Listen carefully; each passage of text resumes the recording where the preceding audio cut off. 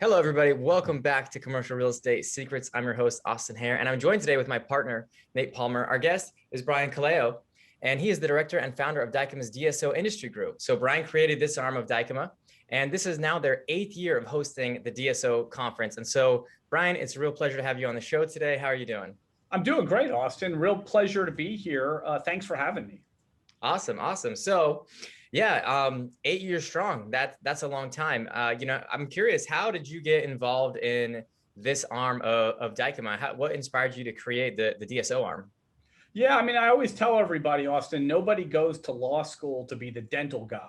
But that's exactly sort of what happened with me. And I'm 25 years in the dental industry. I have no regrets about the way anything turned out. But, nobody goes to law school to get into dental law. But, at the firm that I started at 25 years ago, it wasn't Dykema. There were some partners that, I was a brand new attorney and they had some dental clients and they needed somebody to sort of become an expert on dental regulations and how to operate a dental practice. And nobody thought that was going anywhere. So they said, you're the brand new young guy, you figure this stuff out. And, dentistry has proven over 25 years to be virtually recession proof. Now it's pandemic proof. It's rocking and rolling, pretty much like no other area of the economy. And it's been an incredible ride. And like you said, about 10 years ago, I founded the Dykema DSO industry group, and we represent about 425 dental organizations in all 50 states and 6 Canadian provinces. And now you said we're on our 8th year of the industry leading Dykema conference. So I have no regrets about anything. And in fact, I'm having the time of my life, with this group, even though if you asked me in law school, what are you going to do? It would never have been the dental guy. That never would have been anything I would have said. Yeah, that's great. So, going to law school, was that something that you had planned on doing your whole life? Like, how old were you when you decided that's what you wanted No, to do? it wasn't. Some people in the dental industry know that I was a college wrestler, and I wrestled from the time I was 4 years old, until, I was about, graduated college in 1992. And, I always thought I was going to do something sports related, wrestling. I mean, everybody wanted to be an Olympic gold medalist. Even when that wasn't going to happen, I thought I might coach or do something else. And it just sort of turned out for me that in the end, I went to law school, and that's the career I ended up choosing. But no, I mean, same thing. It's funny, if you asked me when I was a kid what I was going to be, I was going to be an Olympic gold medal wrestler. It was not going to be a lawyer. But again, here we are. Yeah, that's funny, huh? And I think as kids, a lot of times you don't realize the lack of professional, industry there are in some of these sports. You just think, oh, professional athlete, like whether it's pole vaulting or NFL, you don't understand that pole vaulting isn't necessarily a long-term career versus some of these other ones. So, Yeah, but I get a little envious. I'll put a plug in. The U.S. Olympic trials in wrestling were in Fort Worth, Texas this weekend. I attended in person, and I saw some people I hadn't seen in 25 or 30 years, wow. various teammates and folks that stayed in wrestling. Many of them went into coaching. Now they're coaching, people that are, involved in the Olympic trials. And it was just nice because it's a close-knit family to see those folks after so many years. And it was sort of, for me, an interesting crossroads. I could have possibly stayed in wrestling, and that might have been what my career path would have been. But instead, I was coming back sort of now a little bit like an outsider as a lawyer and observing it. It was interesting, but I'll put a plug in for the Olympic trials in Fort Worth. It was a great event. Yeah, that is interesting. And, one of the things I think about wrestling is just that, people don't understand how hard that sport is. I mean, I did it when I was in like 7th and 8th grade, and or really just 7th grade. But I mean, I remember being the youngest one there. I weighed probably 85 pounds. I was the lightest person there. I was wrestling against all these guys. Then I got sick. I dropped down to like 69 pounds. And so I was already the lightest guy. I was now 15 pounds lighter than I was, or 10 pounds lighter than I was. And I would just get my butt kicked. And I remember the practices were just so brutal. Honestly, after I lost the weight, I was just like, you know what, like this sport is not for me. And I tapped out early. So my hat's off to you. My question is, how much do you think that created work ethic in you that translated into your law career? 100%. Everything that I've ever done work-wise that I've been successful at was attributable to wrestling. I mean, Mm. you mentioned practice. Yeah, practice was tough. I've thrown up in practice. I've passed out in practice. I've had to have teammates carry me off the mat after practice. It's hard to replicate that in life. Like, I'm surrounded by a whole team of extremely talented lawyers, and I'm taking nothing away from any of them, but it's hard to replicate when you're training young lawyers that environment that you can push yourself so hard to where you feel like you can't go anymore, and you find that extra gear. Law school doesn't do that. People say it's hard. It doesn't do that.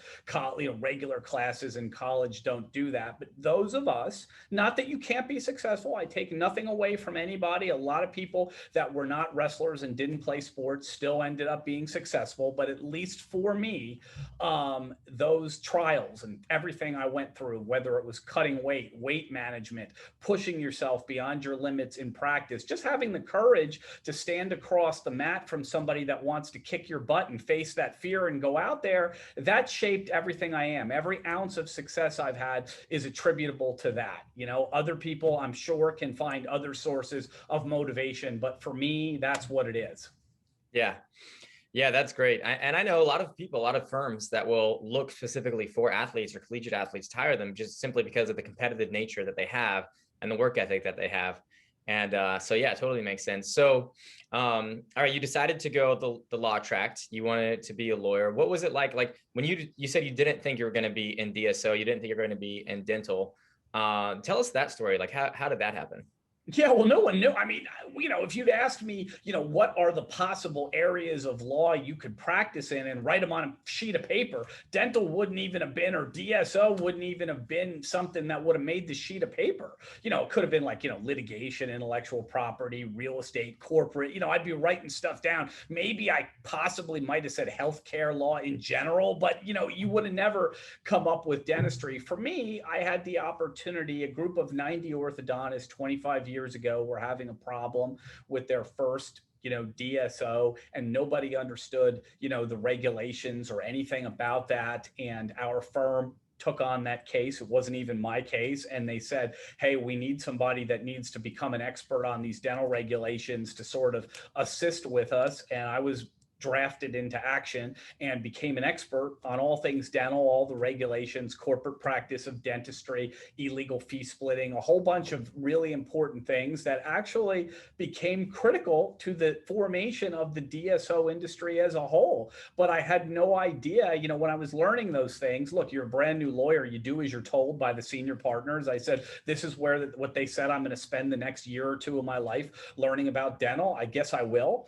And, I assumed when that was over with, I was going to have to, learn everything, just relearn mainstream law and move on to something else. And this would not be, anything that would ever be revisited. I assume this was a real odd case that we had involving orthodontists and dentistry. So I'm going to have to learn about this, but I'll never have the occasion to use this after this case is over with. Some people at the firm laughed at me. They're like, you're looking at dental regulations. They were mocking me like, this was what my life was like. But it really became the basis of a 25-year and counting career. And I never could have imagined just how much the dental marketplace would explode in those 20 years and just how strong a marketplace it would end up being.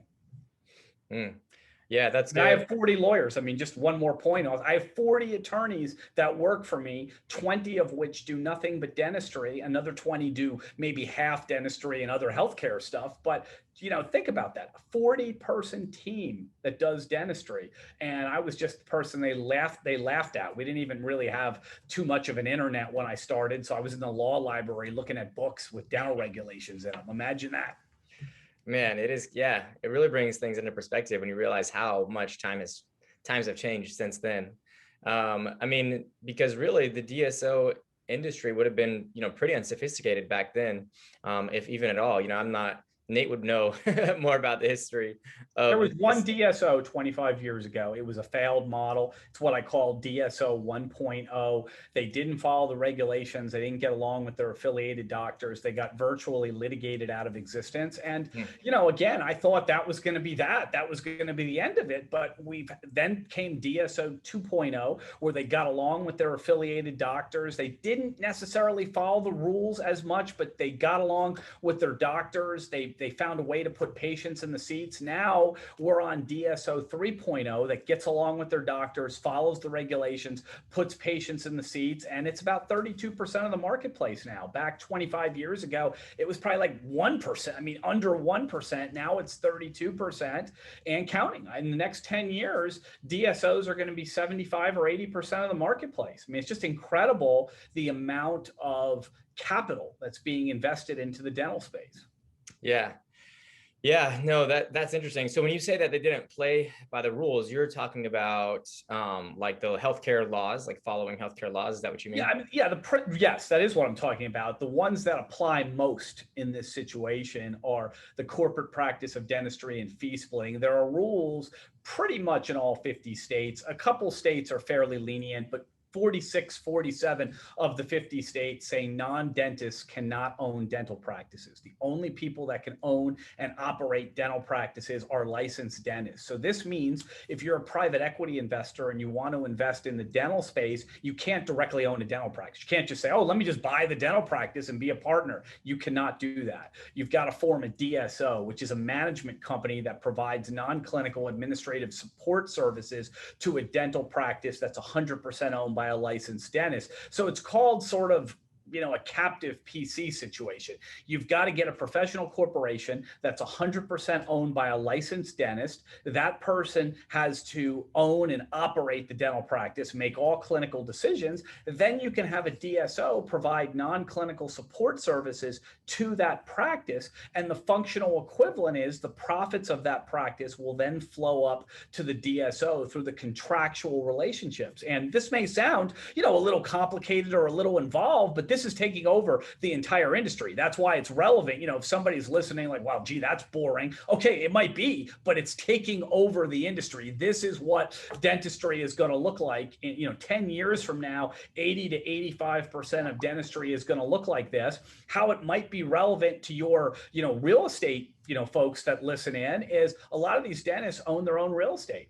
And the DSOs are not interested in buying up their real estate. They're interested in long-term leases of the premises. But now you've got some REITs that are entering into the dental space, real estate investment trusts, and they're buying up property from these dentists. So you're getting a situation where the dentist, I mean, it's a great time to be a dentist, by the way, right now in the marketplace.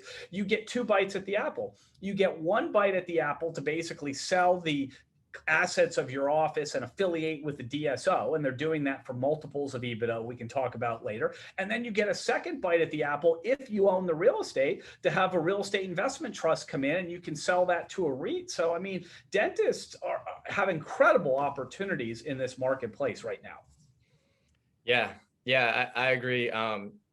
Especially with the real estate side, like you said, it's interesting because a single operator dentist, it makes a lot more sense for them to own the real estate than it does for a DSO because you're trying to save your capital to grow your business. You're not trying to necessarily invest in the real estate. But as a result, if a doctor does own his real estate as a single practice and then he's selling to a DSO, yeah, that value is going to go up a lot once he sells his office, once he sells his practice, and once that lease is signed by the DSO that's got a lot better financial backing, that's got a lot better credit. So yeah, it is interesting how they can do that. The other thing we're seeing too is just, the dentists used to be this non-sexy group where like they couldn't even get into a good spot, right? Like a retail plaza was looking for the restaurants and the bars and that sort of things. And we've really seen a big change in COVID when it's like, well, a lot of these restaurants didn't make it. A lot of these bars went under. All the dental practices are there, Austin. I mean, maybe you find one here and there, but generally all the dental practices are there. And yeah. and if here's the other thing, if something somehow, let's say it was a dentist that was 70 and COVID hit, and that person said, all right, I'm hanging it up. I was going to retire anyway, and this is it. I'm not reopening. Boy, I'll tell you, another dental office be in there in about 30 seconds. So yeah, dentistry has been virtually recession proof and pandemic proof. There was a very brief period of time. It was a big mistake. You can decide whether you want me to go off on a tangent here and lecture your audience about how big a mistake it was for dentistry not to be considered essential and then to shut the office down. But they got off that real quick, and the practices opened by mid-May. They were of 2020. The practices were open again, and they've never looked back. I mean, most of them are doing better now than they did pre-COVID. So it's pretty much recession and even pandemic proof. Yeah, I remember when the world was ending, exactly a year ago, like March and April, and people just were freaking out. I remember being on a lot of conference calls for, different dental groups and organizations and stuff like that.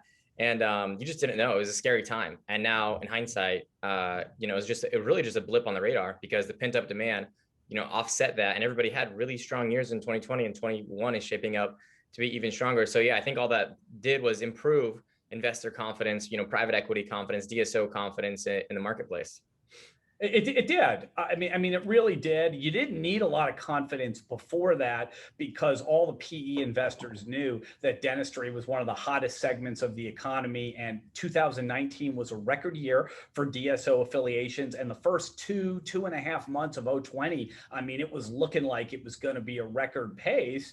And then, of course, I call it the great lockdown happened. They shut everything down. And, by late summer, the M&A markets for dentistry were churning, pretty much the way they were at the end of 2019. And, the fact that it was shut down, 2020 wasn't a record year because it just couldn't overcome the 3-4 months of being shut down. Yeah. But we closed more transactions in the fourth quarter of 2021 than we did in my entire 25-year career. So at least if you took that quarter and extrapolated it, it would have been a record. On the whole, 2020 wasn't a record. It ended up a very strong year. And I think 2021, primarily because of fear of a new tax code with respect to capital gains, is probably going to be a record year. Everybody wants their deals closed in 21 because they're just not sure what 22 is going to bring. And if you listen to some of the press conferences the new administration's having about what their long-term plans are, I think new taxes may very well be in order. Yeah, which is unfortunate, of course, but that's a subject for another day. I could go off on that. I could go off on when dentistry offices closed, how that was crazy. But I think people want to hear a varied number of issues, not get bogged down in any one. So back to your first experience in the DSO group, you said it was 25 years ago. Was that the only group at the time that would you consider DSO? Yeah, it was. I think so. I mean, could there have been a second one somewhere? Maybe, but it was pretty much widely recognized in the industry as being the very first DSO. And of course, they did everything wrong. It was founded by dentists, and they were going to be dentists managing dentists, but they went to Wall Street. They did an IPO. Lawyers and bankers and other people got involved. And, a lot of this is well chronicled. By the end, it was pretty clear that the model looked not very much like what the dentist intended at the beginning, and they were charging management fees but not providing management services, and they ended up getting a revolt with all their doctors. It ended up being the ones I was involved in was 90 orthodontists, but it ended up being in total a couple hundred, I believe, that ended up suing them. They filed for bankruptcy. The lesson in that is, one, you have to provide services. If you're going to be a DSO and you're going to provide non-clinical administrative support services, you have to provide non-clinical administrative support services. It can't be one of these things where we give you cash at closing, and in return for cash at closing, you give us a 40-year obligation to pay a management fee, but we really don't do anything. I mean, the industry learned a valuable lesson. That's not the way it works. If you're going to affiliate a dental practice, that's what we call it, contractually affiliate a dental practice, you have to legitimately provide non-clinical support services. And they do. Most of the DSOs today, I mean, you'll see occasionally a couple will get into trouble. They maybe didn't get the memo from 25 years ago, but most of them do legitimately provide very solid non-clinical administrative support services, whether it's billing, collecting, real estate services, accounting, legal, compliance services, marketing, development, just tons and tons of HR, just tons of non-clinical support services in return for being paid a management fee. Mm. Yeah, no, it's a good point. And it goes back to integrity too. Like that's just one of those virtues that is timeless. Doesn't matter if it's 2021 or 1921 or 1821, but having integrity is always going to help carry you along further than trying to cut corners. Maybe you'll make a quick buck. Maybe these guys had their IPO and they cashed out, but long term, if they want to continue in their career and continue to grow, if you taint your reputation, it's like Warren Buffett says, your reputation, you only get one. It's like if you cost him money, that's one thing, but if you cost him his reputation, that's unforgivable in his opinion. You can make the money back. Your reputation, not so much. I mean, maybe decades later you could make a little recovery on your reputation, but it's not. In fact, that DSO that we're talking about ultimately changed its name. I mean, we're not going to necessarily mention names on the show, but it's interesting you say that, because after the litigation, after the bankruptcy, they were able to sort of salvage their business a little bit, and they ultimately changed their name. They could not continue to operate under the original name because they felt like the brand was so I presume they felt like the brand was so damaged they had to change it. So yeah, I mean, yeah. So this was you said this was 25 years ago. So it was there 100 locations or 100 doctors?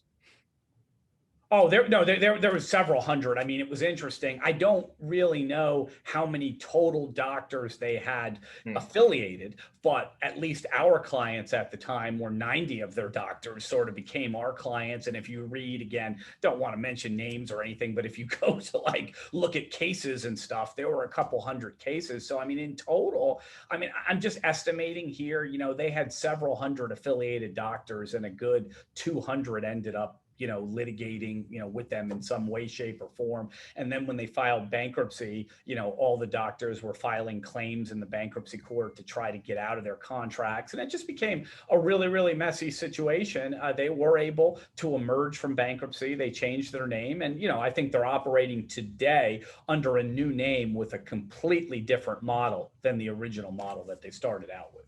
And so another thing is that we've seen the real estate trends shift, dramatically over time. Dental used to be 100% in these office locations that were recessed. They went a lot by referrals or by word of mouth. And so now what we do largely is encourage people to consider paying more for retail and using that as a factor of your marketing, right? Like considering rent as a part of your marketing budget. So I'm curious, like back then, what were you seeing as the real estate strategies when you were working with them?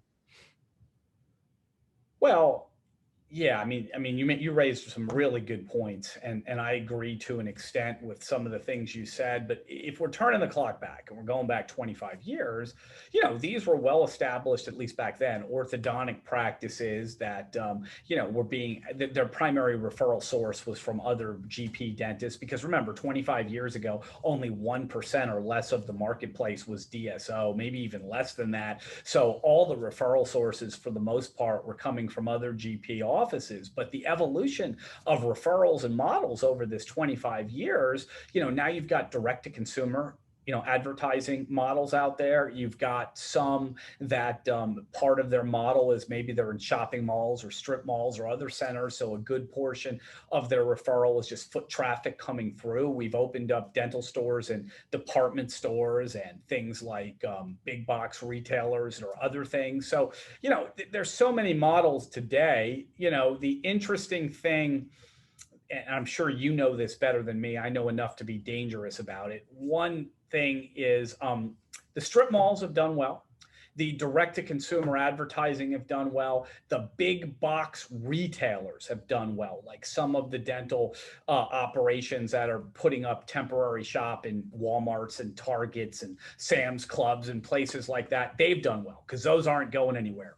A few of the dental offices that have opened up in, like department stores, or there's one that I know in particular, their whole model was in shopping malls. The shopping malls are struggling, and they were struggling before COVID. I mean, now it's worse because of what happened with COVID, but even before COVID, some of the shopping malls are struggling. So you have to pick your location. And that's the only thing that I think has hurt the real estate aspect of dentistry, where some offices were opening up in shopping malls and other things. Now that the malls are struggling, you're seeing some of those offices relocate, and you're not getting the foot traffic. A lot of my clients that, say 15 years ago, it was a genius idea.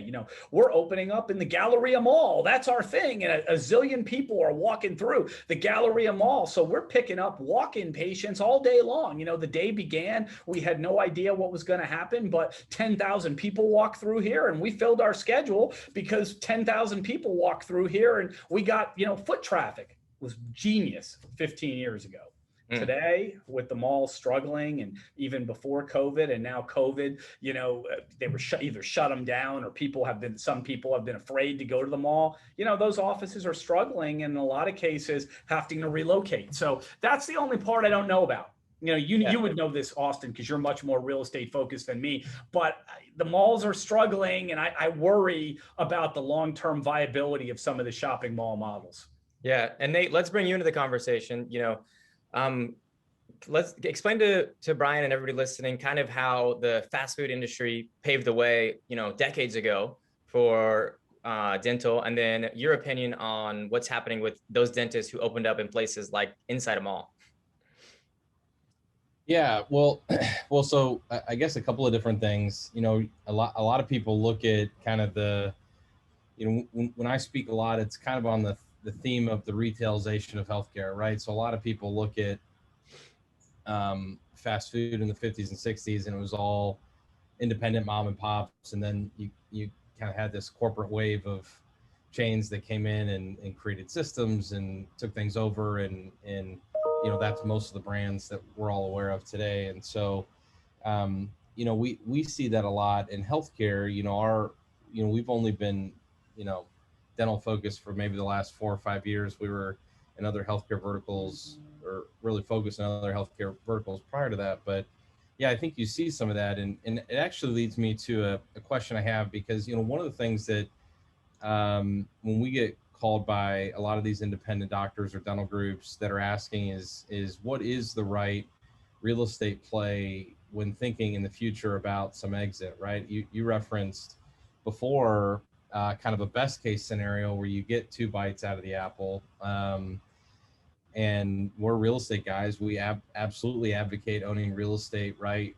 But it could be like, it can be double positive, or it could be partially negative, because a lot of times where we've seen, somebody's got a really thriving business because the doctor's got a good reputation, he's built a good business, but the location doesn't meet its potential suitors' goals, right? And so, it can potentially complicate an exit or a transition because somebody or the right buyer wants the business, but really doesn't see value long term in the physical location. And the continued trend that a number of these DSOs have bought onto, that they're maybe not so much in the mall environment, but certainly the retail environment, where you do have good visibility, convenient access. You're in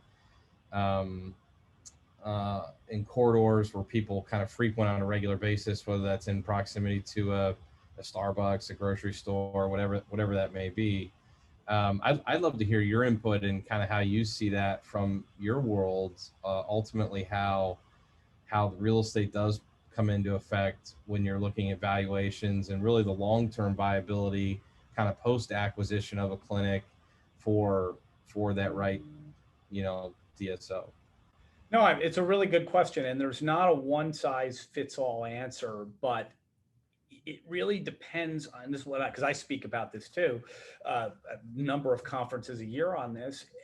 What is the objective of the dentist? Okay, the dental industry, whether anybody likes it or not, okay, and I always say, don't shoot the messenger. I'm not saying good or bad. I'm not passing judgment. I'm just telling you what's happening, and you need to understand what's happening, and then you can make your own decisions. I'm not endorsing, but I'm telling you this is happening. So what is happening is it's all about EBITDA. Okay, as the non-dentists and the private equity funds buy up or affiliate all the practices to DSOs, if you are a dentist, okay, and you're listening to this, or even if you're a real estate investor and you want to understand the industry better, it's all about EBITDA. Okay, people are going to pay a multiple of EBITDA. If you can't grow your EBITDA, you should not expand. Sometimes the best way to grow your EBITDA is to contract. You've got 5 offices and one of them is hemorrhaging cash. You close that office and you raise your EBITDA, and now you're a more valuable organization with 4 offices instead of 5. So you have to grow your EBITDA. If you are the type of dentist that is wanting to expand, meaning you're empire building, like I've got 1 office, I want that to be 8 offices, and then I'm going to sell it for a multiple EBITDA. Typical case study. I start with 1 office. I end up getting a line of credit from a bank. I'm good at it, I'm entrepreneurial. I get it to 5 or 6 or 7 offices. My EBITDA is $2 million. I sell it for an 8 multiple. I get $16 million. I get, 10 million at closing. 6 million gets rolled over into an equity event. The DSO sells a second time. I parlay that 6 million into 25 or 30 million later. It's like a case study. Okay. If you're that guy or girl, don't buy the real estate. You want to use your cash to expand and have additional offices, and tying up, 500,000 here, 700,000 there, 400,000 here. You could buy another office with that. You should never own your real estate. It's the worst move I've ever thought about if you're that person. Now, if you're in Iowa, I've got lots of clients in Iowa. I've got clients in Nebraska, all kinds of really cool rural places. You called me. I got a guy called me in Lubbock, Texas last week. He's like, I'm killing it out here, and I can buy this space for $105,000. Okay, go buy your space. That's a different deal. You owning the real estate because you just got, off on rural highway 117 and nobody's out there and it's cow pastures, and they're going to zone a little bit of it for you for your dental office, and everybody in town goes by there. So it's going to be terrific. Yeah. 105 grand, go buy that thing. Okay. But in fact, it might be a tremendous deal for you to go buy that thing. But in general, if you're in LA and you're like, Brian, should I buy this premises for $1.1 million or should I lease it and go expand? It's like, you got to ask me that question. You should lease it and go expand. So here's what I would say. If you're going to get the mother of all deals because of where you're located, it might make sense to buy the real estate. If you have 1 office and you're like, no, I'm not going to expand to 10 offices. I'm just going to have this 1 office and I've had it for 15 years and I own the real estate. Okay. That might be a great deal for you. The buyer someday is not going to buy that real estate, but maybe you'll be a landlord post-closing, or maybe you'll sell it to a REIT. There's no problem if you're 1 office and, you want to own your real estate. But if you're going to do the roll-up, which people in the industry are, there's zillions of opportunities for entrepreneurial dentists and entrepreneurial even non-dentists that are coming in and investing alongside dentists and building, going to 5, 10, 15 offices and then rolling up and selling it. If that's your model, you should never own the real estate, because all it's going to do is tie up your expansion capital. Yeah, that's a good distinction. Like the price of the real estate is a big deal, because especially if you're leveraging it. I mean, $105,000, like you mentioned, you put down 25%, you're looking at 25 grand versus a large metropolitan area. Yeah, $1 million means you're going to have to, for the building, means you're going to have to come out of pocket $250,000, or, between you or your partners or whatever. So yeah, because we pretty much agree with you on everything you said. Like, we advocate for owning of real estate, but not necessarily, through the building that you own, right? Like, it could be investing your personal money in another real estate venture that could give you higher ROI, because your money is just going to be spent better off growing your structure or your practice, right, in your organization. So you can and make no mistake about it, right? Real estate is a great investment, and right. It's absolutely killer for somebody.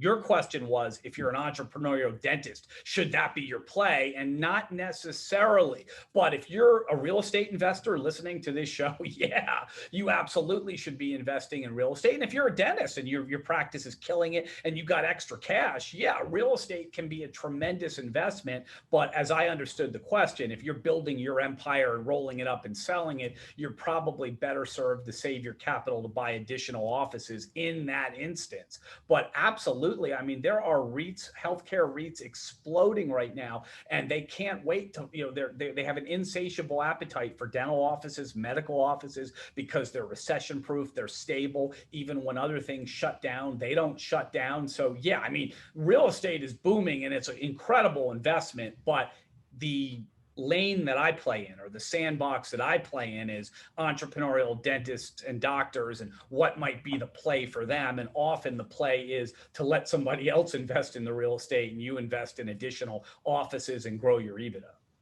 Yeah, it's a great point. One of the other things that I'd love to get your feedback on that we talk with a lot of our more sophisticated clients about is as you look at real estate and ultimately the cost of rent, determining how much construction or improvement allowance you should negotiate in that, and the impact that has on increased rent versus the negative effect it has on the EBITDA, right? And then ultimately the value of that times some multiple in the event of a sale.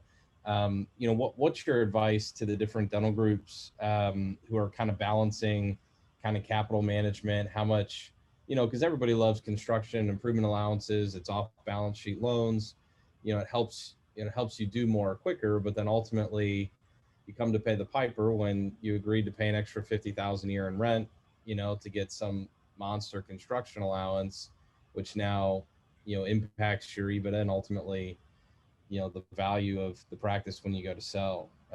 What's your kind of input or feedback on that topic? Yeah, I mean, Nate, once again, these are good points, and it's not a one size fits all approach, because here's the thing. People will pay a higher multiple if you have better infrastructure in place. There's no question about that, but there's diminishing returns, right? If you walk into a dental office and the carpet is ripped and the paint is gross on the walls and it smells kind of funny in there, yeah, you're going to need to improve that office. There's no question about it. But if you go into a dental office and it's decent. I mean, it's decent. It's clean. The carpet's okay. I mean, could it be improved? Yeah. But are the patients complaining about it? Not really. I mean, it could be better, but nobody really thinks of it. They're happy to walk into that waiting room and sit on the couch, and they don't really think, gee, this place is ratty. It really doesn't cross their mind. I mean, it's true, you could upgrade it, but it doesn't really cross the patient's mind. You got to find that line, because here's what I would say. In the former instance where it smells of mold and it looks gross and stuff, yeah, a buyer's going to look at that and say, I am lowering the purchase price because post-closing, I'm lowering the total valuation because post-closing, I'm going to have to come in here and do cap expenditures. I'm going to have to rip up this carpet. That looks like that could be black mold over there. We're going to have to get rid of that. We're going to have to repaint all this stuff. Whatever that smell is, it's got to go away. They're going to lower your price. But if you walk into that office and it's okay. Okay, it's not the latest, greatest, brand new, but it's okay. And you say to yourself, well, okay is not good enough for me. I'm going to pay several $100,000 and raise my rent price. Well, now that's going to increase your overhead. That's going to lower your EBITDA, and that's going to lower the ultimate purchase price, because your organization is being valued based on EBITDA. And because you've made all these CapEx expenditures, even though they're amortized in monthly rent, but maybe your monthly rent should be $5,000 a month, and now it's $7,500 because you did all this stuff. You're going to end up lowering the purchase price. So you really got to look at the organization, and you have to say, is this okay? Is this a problem? And if it's not, a public facing problem, maybe you'd love brand new carpet and you'd love everything to shine and sparkle. But if the patients aren't complaining about it and it's serviceable and it's fine, you're better served either to forego the CapEx or to say, you know what, maybe we'll just do a fresh coat of paint because that's less expensive than ripping everything up. Or maybe we'll just look for the couches that are a little ratty and just, on a case case by case basis replace a little furniture here or there, but we're not going to just, you know, wholesale replace all the furniture, because if you make wholesale changes, that's going to increase your overhead, and that's going to lower your EBITDA, and that's going to lower the purchase price. And lowering EBITDA absolutely kills you. Like, for example, let's say as a result of some decisions you've made on CapEx, you've lowered your EBITDA by $100,000. You might think, you know, it's 100,000. You get an 8 multiple, that shaves $800,000 off your purchase price. You just gutted your organization $800,000. Most people, that's a lot of money. Where I came from, that's a lot of money. And now you've just deprived yourself of that much money. And it's even worse, right? Let's say it's a 60-40 rollover, okay? So $480,000 is coming to you, or maybe 30, I'm not great with math, but 60% of the 800,000 is coming to you at closing, okay? But then that 40% was gonna be a rollover, and that could be 8 to 10 times that. And you've now deprived yourself, in my example, of, if it's, I'll just use these. Let's say it's $1 million, ultimately, and you had a 40% rollover. You have deprived yourself of $400,000 to reinvest for the next equity event. So in addition to getting, say $600,000 less at closing, you're getting $400,000 less of a rollover, which could be worth, $5 or $10 million in the second equity event. So you could have devastating consequences by increasing your overhead unnecessarily. If you have to do it, you have to do it. But if you don't have to do it, you really have to be sparing on that. I wish I said it. I mean, I wish I had my calculator. I'm doing this off the top of my head, but basically the reality is, if you cost your organization, $800,000, and 40% of that was going to be a rollover. I mean, if we got the calculator out, you could end up costing yourself millions of dollars by that decision, because you had to have new carpet, new paint, new furniture. Mm. Yeah, no, it's good. I think the takeaway is that having the bird in hand or the egg in hand is not always best case scenario, right? You think, oh, I get this TI money, let's maximize it. But that could easily, and it will, offset your EBITDA, which offsets, a dramatic amount of money that you can take home in the future. So yeah, I think, like you said, there's always a distinction. It's always situational, but understanding what metrics to look for is going to help you make that decision when the time comes. That's exactly right. And, everybody listening, if you're a buyer, if you're a seller, whatever, it's EBITDA. The game is EBITDA now, okay? And I don't want to denigrate anybody, because there's always somebody, you guys are not dentists. Whenever I'm always interviewed by dentists, or some of the interviewers are dentists, and you guys have been really cool, and you're not giving me a hard time, but I'll speak for the other side. Somebody will say, this is a profession, Brian. It's not just dollars and cents. How could you do all this? I get it. Again, don't shoot the messenger. I'm sorry about that.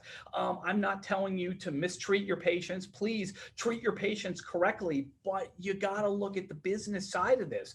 And the business side of this often is, serviceable furnishings, FFE, serviceable, get you the same place that brand new does. It really does. Yeah. And to that point, I think we always come at it with the perception or the assumption that you are doing things the right way. You know what I mean? Like, step one, especially in 2021, it's a much more kind of like altruistic stage of investing. I think they call it conscientious capitalism, right?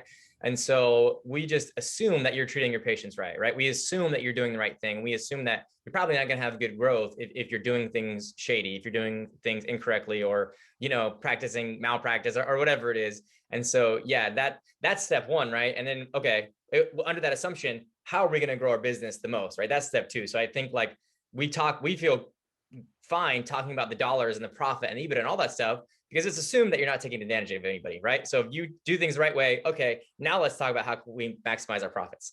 No, and that's really well put, because if you're compromising patient care, you're not going to have a business probably. You're going to have a horrible reputation. But what I'm talking about is, you can treat patients with the highest quality of care if your equipment meets standards and works. Meaning, it's not shiny, it's not brand new, it doesn't like blind you when you look at it. Wow, that's so shiny, I can't even, see it. It might be dull, it might be even a little, worn or aged looking, but it's perfectly fine. It meets all appropriate medical standards. You can treat your patients just fine with that. You can treat patients, again, if you go into a waiting room and the carpet is lightly worn, but not in any way ratty or ugly looking, and your couch definitely looks like a few years old, but nobody's afraid to sit on it. Nobody's going to be worried about sitting on it or whatever. You can treat your patients with the highest quality of care under those conditions and not cut into your overhead, not lower your EBITDA,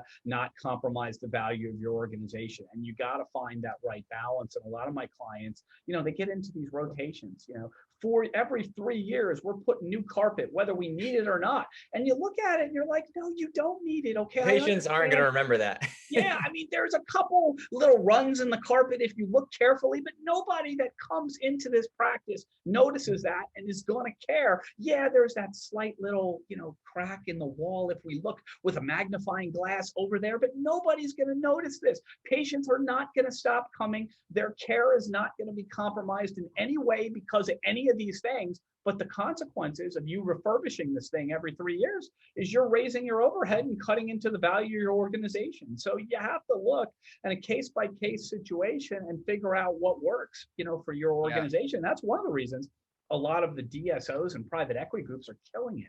They go and they find dentists that every 3 years are changing their furniture, and post closing, they're like, first rule is we're not changing the furniture every 3 years. And all of a sudden their overhead goes down and their profitability goes up. Sometimes these companies, DSOs will come in and they'll make like 3 or 4 cocktail napkin adjustments. Like, okay, we're not changing out the furniture every single year. We're not having, free pizza 5 days a week. We're not, having that big giant party on the private jet to Vegas every year. And they'll make like 5 cuts. And all of a sudden their overhead dramatically lowers and they've increased their profitability by basically doing no effort. Now they're like, okay, we'll actually expend some effort on the next round of improvements, but we walked right in here and the overhead went from like, $200,000 a month to $175,000 a month by just doing nothing, but canceling the refurbishments every 3 years.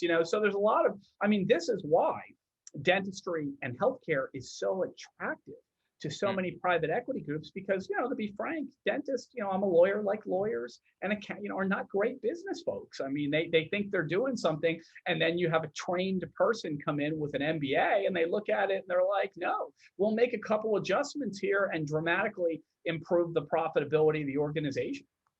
Yeah, no, I agree. And let's talk about Dykema real quick. You said you've been doing this 25 years, but the conference has been going on for 8 years. So what happened that caused you guys to create see the need to create a DSO conference? Yeah, well, nobody 8 years ago, it's different today. Forget about the pandemic. Let's talk about normal years. In a normal year now, in 2021 and definitely 22. I think they've canceled some conferences the first quarter or two, but latter half of this year and into 2022, there's going to be a DSO conference like every single month. Okay. Some of them are better than others, but they're all over the place. But in 8 years ago, you said go back to 8 years, there wasn't any. Okay. There were regular dental conferences. You could go to the ADA meeting and a ton of other meetings where you just talked about infection control and how to treat patients and best practices for doing root canals and all the clinical stuff. That. But there was no DSO conference, and there was a thirst for information. So many investors wanted to get into the space, but they were like, well, we heard there was, remember, we spent the top of the hour talking about the litigation. We heard there were lawsuits and bankruptcies and it didn't go well. How do we do this correctly? And everybody wanted that information and nobody was providing it. And there was such incredible benefit for one, putting people together, forget about the content on stage, although we started doing that really well, just to be in the room with another CEO at a DSO or somebody else that has the same problems you have. Initially, just the networking aspect of it was incredible. And then we started putting content on stage to learn best practices for scaling up organizations, for expanding the rules and regulations you have to follow, how best to get along with your affiliated doctors. And it spiraled. The first event, we had 40 or 50 people from the bigger organizations there. And after about 2 or 3 years, we had hundreds of people leading up to, the last event we had about 1,000 people. And this year we're going to have more than 1,000 people. There was just an insatiable desire or thirst for information on best practices, in this space, because while dental conferences have been going on for 100 years, they were a different kind of dental conference. They were best clinical practices and infection control and malpractice and things like that, but nothing to do with the business of dentistry. And, there's been a lot of copycats. I mean, I guess, what did they say? Imitation is the best form of flattery. So many people have seen what we did at our conference and they've tried to put on, their own. Some of them do it better than others. And while I'm on this show, I'll say ours is the very best and nobody does it quite as well as ours. But, a lot of people have seen what we did and want to replicate it and want to have their own, DSO conferences. Our event, we don't make any money on it. I've always said this. So that's why I don't mind if other people do it. We're not a money-making, the law firm is a money-making enterprise, but the dental conference is not a money-making enterprise. We hope people will come, network, learn. We obviously hope some people will learn about Dykema and maybe hire us and use us, but it's not a moneymaker, the conference itself. We just want to put people together and have a great time and learn. And we've always tried to do that. So is it, obviously it's mostly for the DSO themselves, but is it also a place for investors, would you say? Absolutely. No, great question, Austin.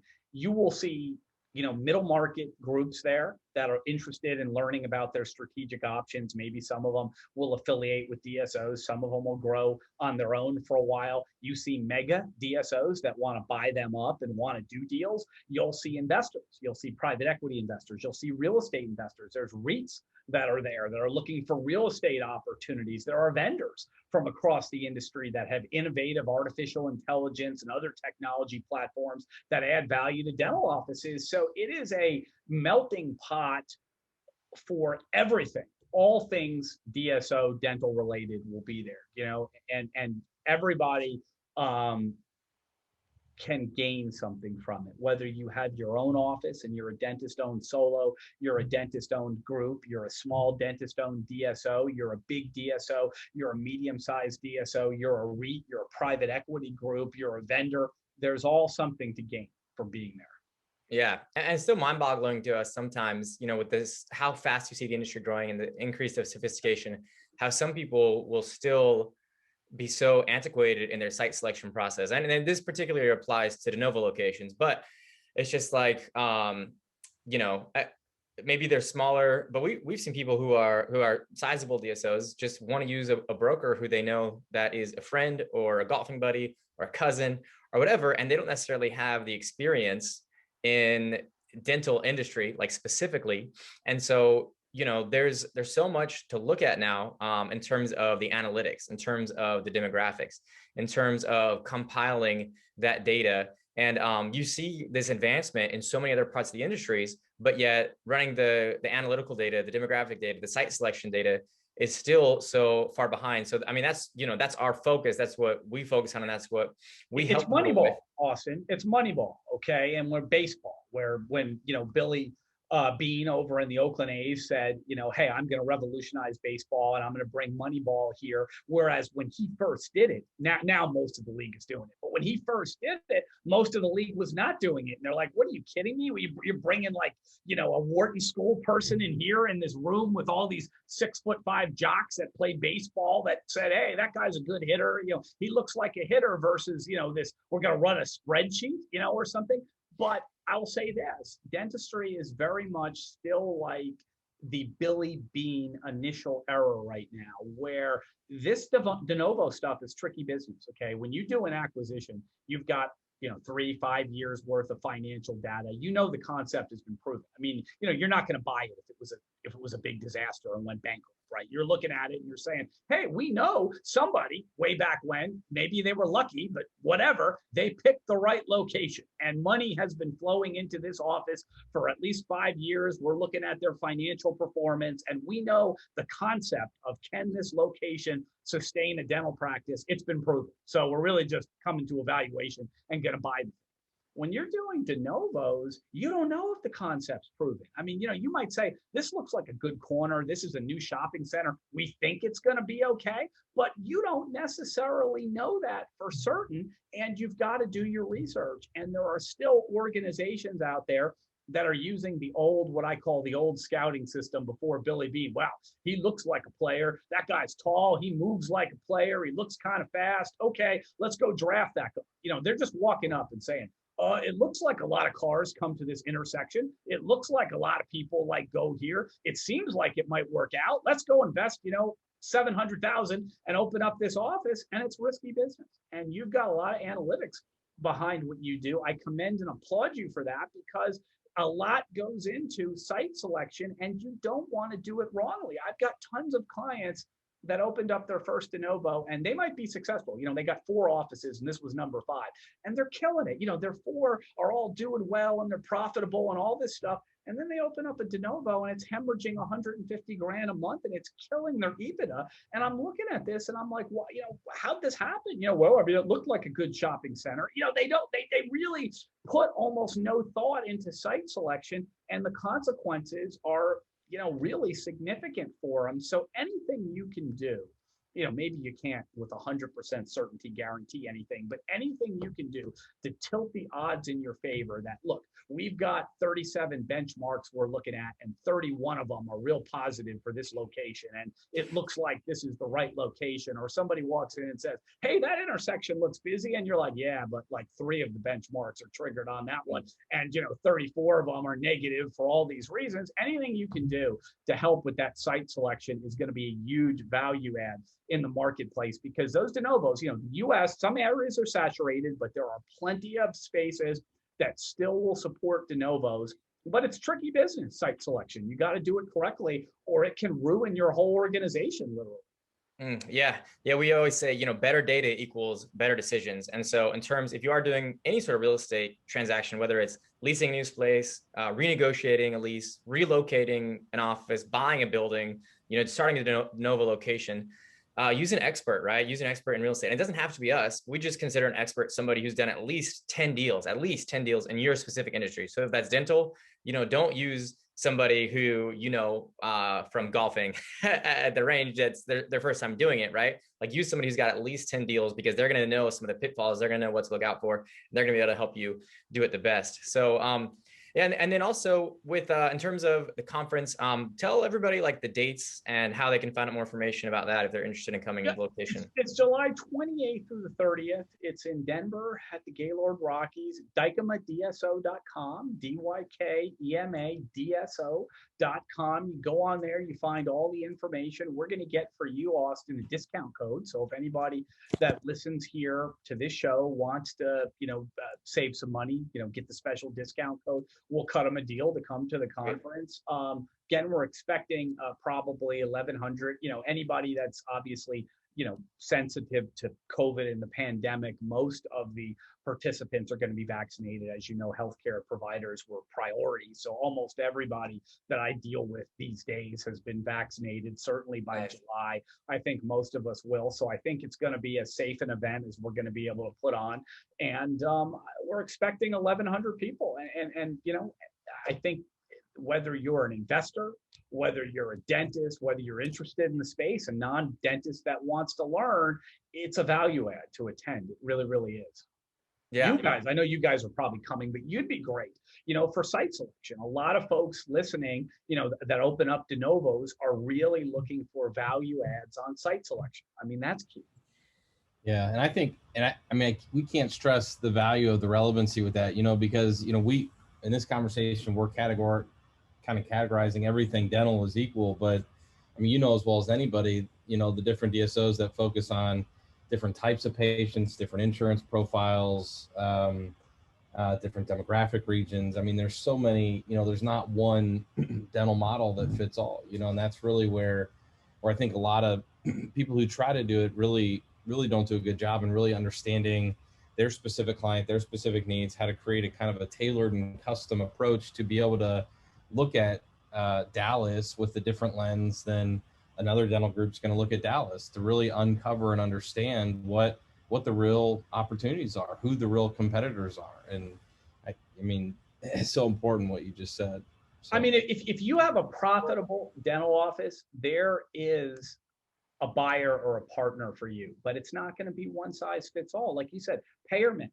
one of the greatest transactions, I'm going to plug it. I mean, it's public, is, an organization called Rodeo Dental that I've been involved with. Bain Capital, or Bain Double Impact, bought them. This is public. Everybody knows this. So, but it was an incredible deal, and that's that's an office that does a lot of Medicaid. There are so that worked. It couldn't have worked better for that organization. But there are some funds that won't touch Medicaid. They're worried about it. If it's Medicaid, they won't be involved in it. And it's not to say one is right or one is wrong. It's just you have to look at the objectives of the individual investor, the objectives of the organization, and you have to figure out which type of partner works best, for your organization. Again, I've seen Medicaid organizations absolutely kill it. I've seen non-Medicaid, organizations kill it. I've seen rural organizations that are, in the middle of nowhere, buying up practices in cornfields and cow fields. Just the profit margins are off the charts. I've seen, obviously, big urban area organizations succeed. There's not one model, but you've got to figure out, if you're an investor, what's going to work for you, and what, it very seldom works if you say, hey, I'm going to buy 5 Medicaid heavy practices and 5 non-Medicaid practices. I mean, yeah, that probably doesn't work. But there's not a right or wrong answer. You can say, hey, we're going to be non-Medicaid, and this is what we're going to do. Or we're going to be Medicaid. We're going to be a rural area. We're going to be an urban area. We're going to be a certain geographic area. Like I said, it doesn't work to say, what's your model? We got 5 practices in New York City and 5 in Seattle. No, I mean, that's just geographically. You're just not going to be able to manage that. You got to figure out what works, sort of for your organization. But, if you're like, hey, we're in Kansas City, Kansas, and Kansas City, Missouri, and we got 18 of them right on the board. I mean, that could work great. We're in New York and New Jersey, Connecticut, perfect for you. We're in we're in Texas, Oklahoma and Louisiana, great. But you got to figure out what works for your organization and what partner is going to be best for your organization. And there's not a one size fits all. Yeah, that's great. That's good stuff. Nate, anything you want to add in closing? No, just really appreciate it. Looking forward to seeing everybody at the end of July in Denver. Absolutely. I mean, guys, this was just my absolute pleasure to be here with you guys. I'm looking forward to seeing you and, a lot of people in person. We've been apart too long, and this is going to be great, at least at our conference in July, to get people in person again. And I'm just looking forward to that. And again, DykemadSO.com, anybody that wants to come, we'll give them a deal. And I think it'd just be great. Yeah, and I'll put that in the show notes. And I think virtual conferences have a lot of potential. I think there's something there. I just don't think it's quite been unlocked yet in the way that an in-person, face-to-face one it like serves that purpose. So I'm really looking forward to getting to meet everybody, talk to everybody in person again for sure. Absolutely. Awesome. Well, hey, yeah, we appreciate your time, definitely, and we look forward to seeing you soon.